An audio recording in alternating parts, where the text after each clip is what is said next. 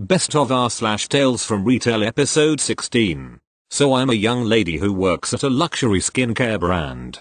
Yesterday I had an older woman come in and she asked me about the lotions we have. She asked a question along the lines of which lotion is better, for like after the shower. I want something good but I don't have like super dry skin, okay? Well, I'm assuming since she made it a point to say she doesn't have super dry skin that she's looking for something lightweight. So I tell her the lightweight lotions are all pretty much the same, they just differ by aroma, so it's whatever smell she prefers. Then she points to the heavier lotions. What about these? Which one is your favorite? I say, this one is my favorite, pointing to the lotion titled something along the lines of stress relief. It gets its name from the specific blend of essential oils in it, lavender, sage, etc. all stress relieving aromatherapy scents. She goes, haha, you're young, what do you have to be stressed about? You don't have stress. I'm confused because what the fuck is she saying to me? I start to say, well, I have a lot of stress, but I lick.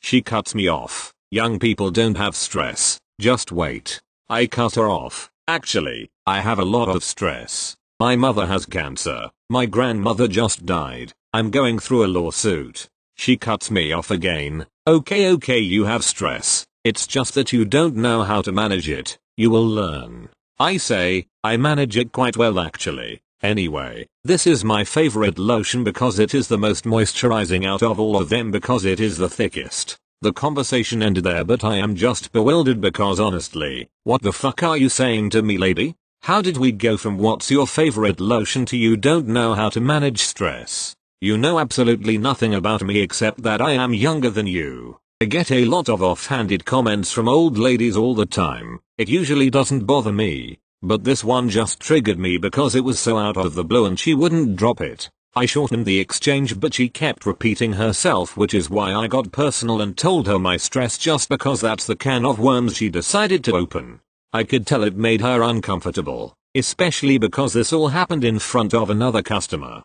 Firstly, it's bold to assume I have no stress just because I'm young. I'm 21, left my parents' house at 19 and have been struggling but making it work ever since, and I guess she assumed since I'm young I still live at home. IDK, what the hell she was thinking. And second, it's even bolder to assume I don't know how to manage my stress. All from a minute-long exchange and because my favorite lotion is the stress relieving aroma. Also, if my favorite lotion is the stress relief lotion, isn't aromatherapy a way to manage stress? Like what the fuck are you talking about, lady? Just shut up and buy your damn lotion. Thank you. Next. Thanksgiving night was great. All of the crazies came out Friday. Granted, I work for a smaller store and it wasn't near as bad as previous stores and years, but just though all of you may enjoy these tales. 1. The dressing room guy. This guy was with his mother. He's in his 40s, and she in her 60s. He didn't need to help her physically or anything, she was perfectly capable. He just had this odd fixation with his mother's wardrobe. Our dressing room is small with a central hallway and 6 doors. Quite narrow, especially when you throw in a table, mirror, and ottoman. This posed an issue as the guy would keep standing in the dressing room or the doorway, making it difficult for women trying to get in or out. He also just stuck with one of the newest sales girls, which stressed her out tremendously. Anything he needed, right to her. Mama needs this in a bigger size. Doesn't like the fit and needs more room here. Does this come in a different color? She spent an hour just running around for him. At one point, an older associate snaps at him telling him to get out of the dressing room because she's trying to measure people for bras and he's just in the way. He leaves for all of 3 minutes and then goes back to planting himself right in the worst spot. I walk by and see the unholy pile of stuff the poor new girl is trying to fold and put back she didn't like. At the end, I ring them up and the girl tells me later that he tried to tip her for the trouble. She kept refusing because many places don't allow that. He threw the money at her. 2. Bra measurement know-it-all. 3 women come in for one of them to get a new bra. Friend 1 equals stays out of the way and goes shopping for herself. Friend 2 equals lady being measured, very nice and cooperative. Friend 3 equals total Karen +1. I measure friend 2, and friend 3 decides to defy everything I say and argue even though she's completely wrong every single time. F2, okay, what's my size again? Me, band, cup. F3, what did she say you measured? With me standing 4 feet away. Me, she's a band, cup. F3 gives me a dirty look. F3, okay, that doesn't sound right. We'll look for some bras out there for you. What kind? F2, I need underwire and padding and a bra style. Me, we only have a few of that size and will end up having to order because of this massive sale. F2 leaves and F3 corners me lecturing me about how I'm sure you did your best, but that's probably not the right size because they went to a different store and the girl there mismeasured all of them. So, no offense to me, but they're going to try one band size down because that's probably the best fit. What friend 3 didn't realize was that I'd already told this lady one size smaller simply because she measured in between 2 sizes, which is common. So, the size she's suggesting will be too small. F2 comes back asking about the size again and F3 repeats what I said about the sizing, but reminding her that we're going with a different size. They pick out a few things and head in there. F2 asks F3 to help snap the bra up because she can't, due to it being too small. Surprise, surprise, it doesn't fit. F3 then goes and finds bras without wire or padding and makes F2 try them on. Those two fit horribly and she tells F3 that I was right once again and that simply will not work. F3 is getting panicky and upset because her friend is telling her to basically butt out and I know what I'm doing. F3 darts her eyes between us stammering and runs off to find more ill-fitting bras. I get the tablet out as F2 says to just order the bra in the certain style and size. F3 returns and makes a scene again because she didn't want her to have to order anything.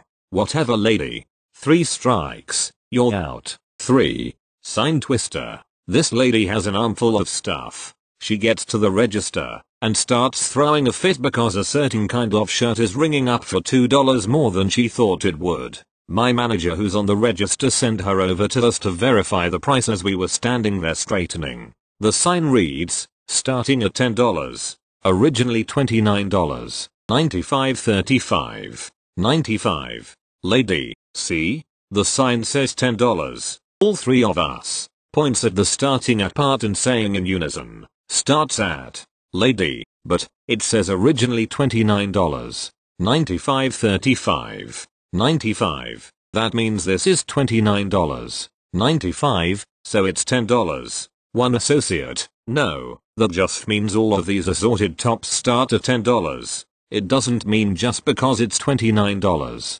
95 that it's automatically $10. Lady, then why is this type of top the only one pictured? One associate, that's Christmas advertisement they did. It's up there because it's the prettiest and our biggest seller. That doesn't mean it's $10. You don't see that printed anywhere on the sign, nor the style name at that price. Lady, throws another fit and huffs away. We all agreed the manager should have just given her the 4 shirts for $10 instead of $12 because it wasn't worth her time arguing and abandoning a $150 sale over petty nonsense. She ended up getting them for the lesser price and walking out happy. 4. Sloppy associate. This woman isn't bright and what's even more scary is, she is a teacher full-time and works with us part-time. Our store manager is always fussing because things are left all over the back counter, which is really small. She tells us all the time to put back things laying there from customers unless they're still shopping. It was really important today because again,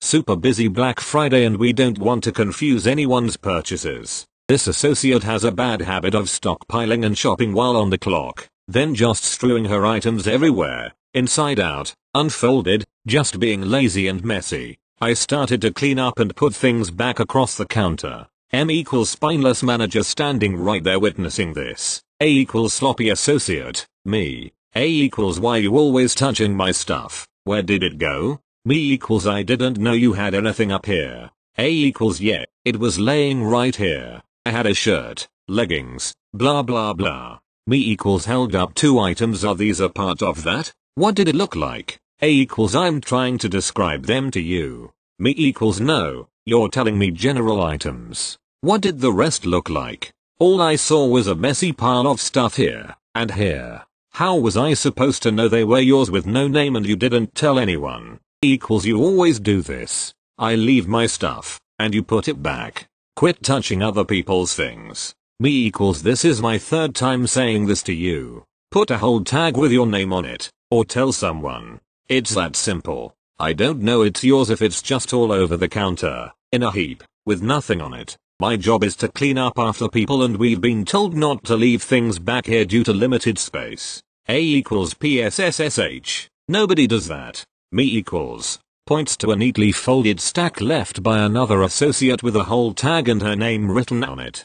A equals I'm still here. Quit touching my stuff. B equals label your stuff. For the third time. M equals okay, you'll cool it. It doesn't matter. Me equals. Throws down the 2 items in my hand on the counter and walks away. And is standing back bad mouthing me again, right in front of customers as M continues to make zero attempt to talk any sense into her. A just stands and pretends to work in one corner of the store the additional 5 hours she has left and doesn't speak to anyone until she checks out. Thank you. Next. Obligatory on mobile. Background. I work as a cashier at everyone's favorite holiday nightmare store. The register I was on has a messed up sensor, so it's habitual for me to turn it off when groceries get close to prevent them from accidentally going over the scanner or moving the screen. It's very loose and big stuff gets stuck. Busy day. Holidays are rolling around. I'm going through as normal until a lady and her husband come.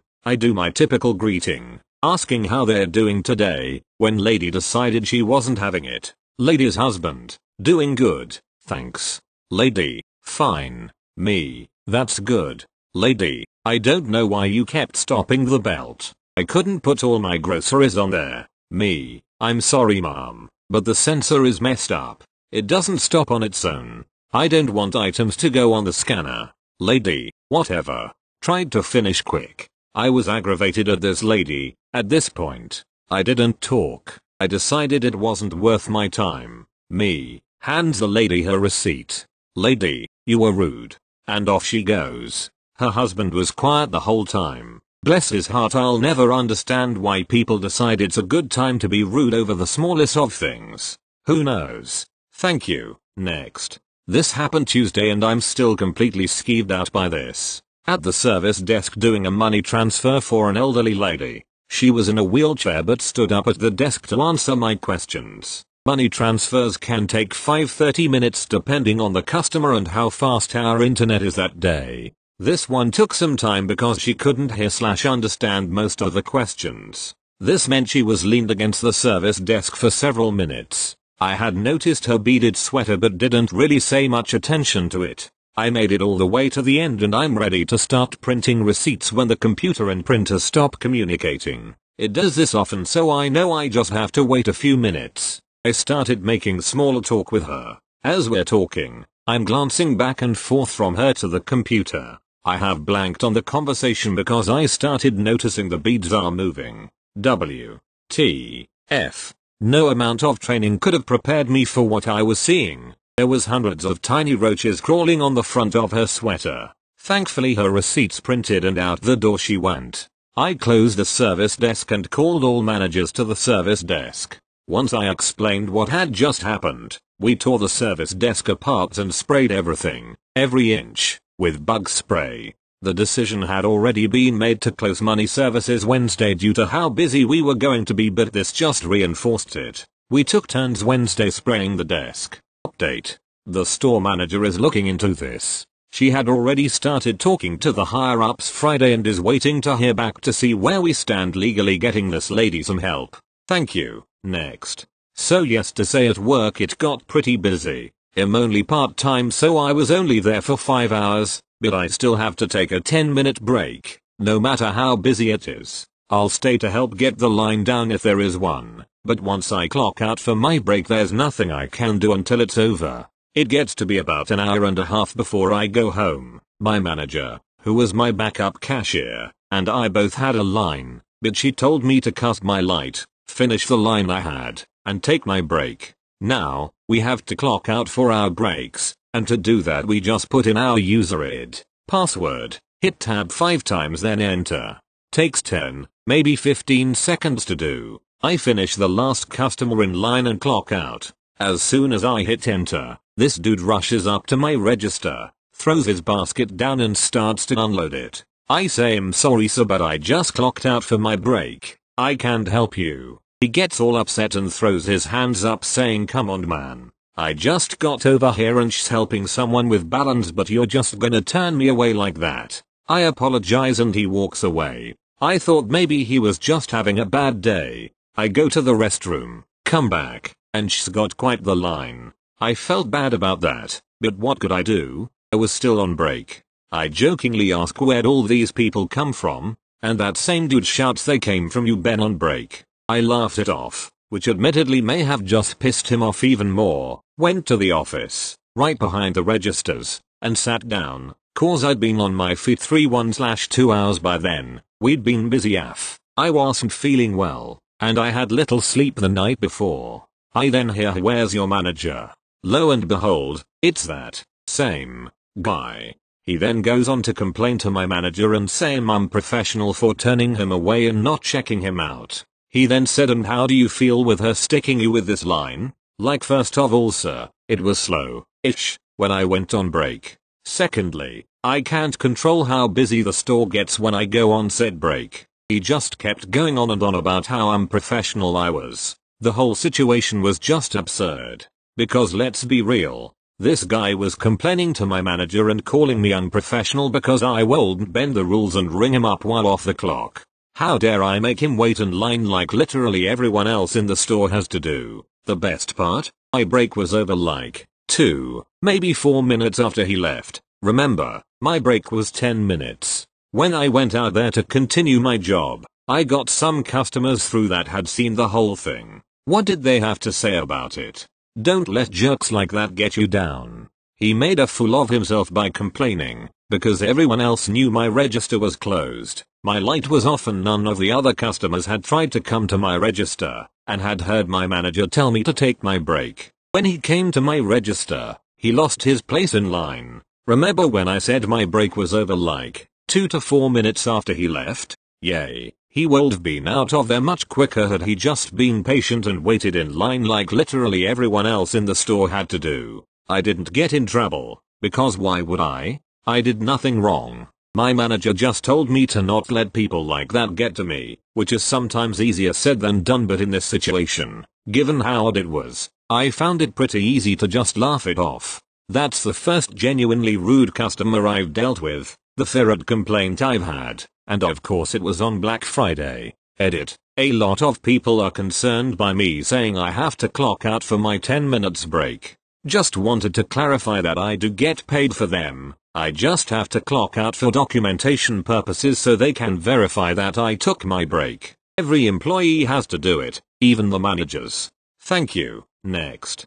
So forward, I was working at major electronics retailer a year back, and we had this customer lovingly dubbed Blind James, as there were several Jameses that worked at the store. Blind James was an interesting man. He came in monthly like clockwork because he needed a new phone. Sometimes it was because he couldn't find it when it was ringing, and that would make him mad. So when he did find it, he'd chuck it at the wall. Sometimes he couldn't find the charging port, which would make him mad, and he would chuck it at a wall. He was a nice guy, but there were two things about him that would make every employee part like the Red Sea when he came. He had one of those throat hole thingies and sounded like an asthmatic Kermit the Frog. He wanted you to lead him around by the arm to wherever he needed to be. I ended up being the go-to guy for Blind James because I'm too nice and I wouldn't avoid him. Eventually I became buddies with him and could understand what he was saying better than anybody. On this particular occasion I was with a customer when James rolled in and my co-worker got him. They went through the transaction and got him taken care of without getting passed off to me all the way to the point where he was leaving. Normal procedure for James was get him to the door and he'd wait for a ride. But he stopped getting rides to the store. He took the bus and they moved his bus stop. My co-worker decided to walk him all the way to the street, across a huge parking lot, to the crosswalk that took him to his bus stop. Another thing about James, the sound of traffic terrifies him, rightfully so. So my co-worker waits till the light is green and tells James it's safe to cross. Mind you, parallel traffic is still going and James hears this. So James runs off in a dead sprint across the road and runs straight into a car that's pulled too far into the crosswalk. Not to worry, James is an armed vet and as tough as nails, so he got up, brushed himself off and made it to the bus stop. Co-worker returns to regale us with his story, and he since became known as the guy who throws poor old blind people into traffic. From that point on I walked James all the way to his bus stop. TL.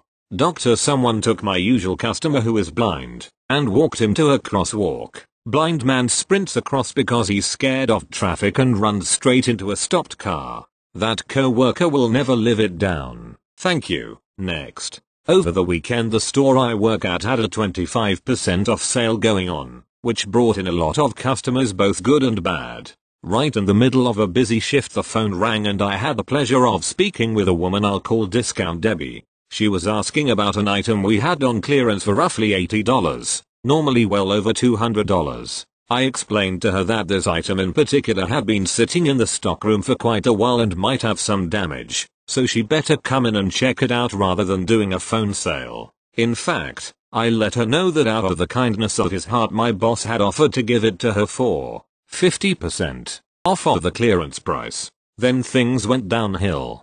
Discount Debbie, sassy tone. So, what does that even mean? Me. That means you could receive a half off discount. DD, wait, so which price is the discount applying to? Me? To the current clearance price. DD, will the 25% off stack on top of the 50% off? Me, no. DD, outrage, so you're really not going to honor the sale price on top of that price? Me, mom, we can't give you the item for 75% off. You would get 50% off, which is double the 25% off sale, thanks to my manager. Discount Debbie ended up coming into the store to purchase the item. It looks like a half off discount turned out to be good enough for her after all.